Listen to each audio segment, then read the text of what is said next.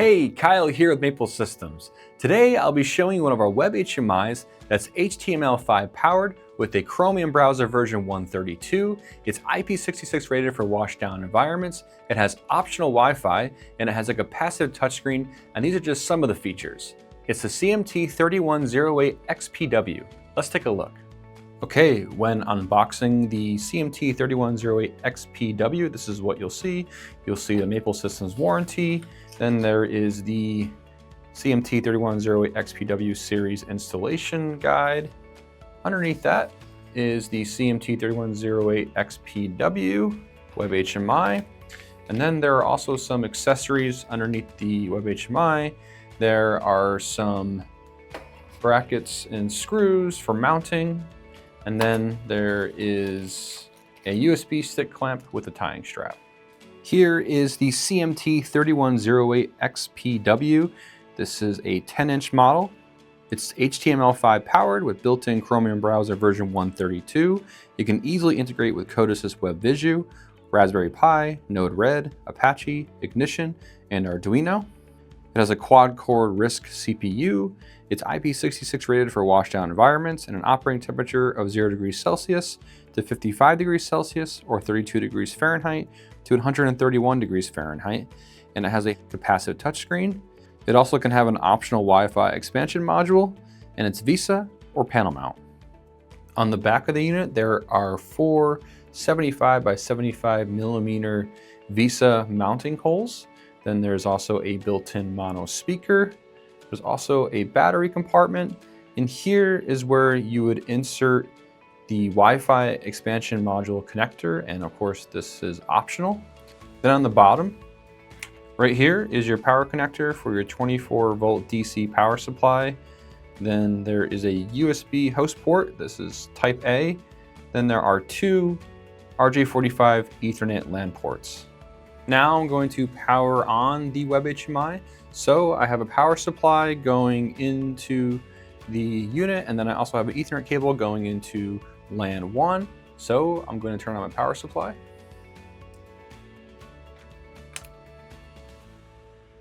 The unit's going to boot up. See the cMTX Web HMI startup screen. Once it's powered up, you will see the Easy Web login screen, and off to the right is the Easy Web WebView version on web browser, just so you get more clarity on what we're looking at here. When you first see the screen, you'll need to enter that admin password, which is 61. So I have some rubber gloves on. I'm going to use the capacitive touch on the Web HMI. So that password is 6111111. Hit enter, and it will load your Easy Web dashboard. I'm going to use my mouse in the web view.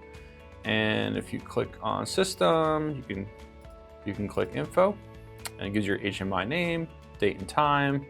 Go to display/miscellaneous. You can adjust the brightness.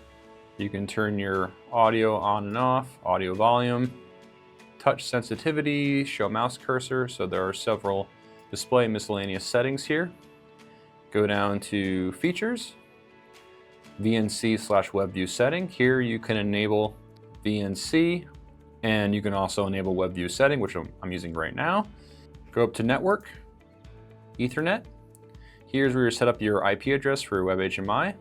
You can either have it set to automatic, which is DHCP, or static, and enter the IP address manually. LAN 1 or LAN 2 you can have set up here.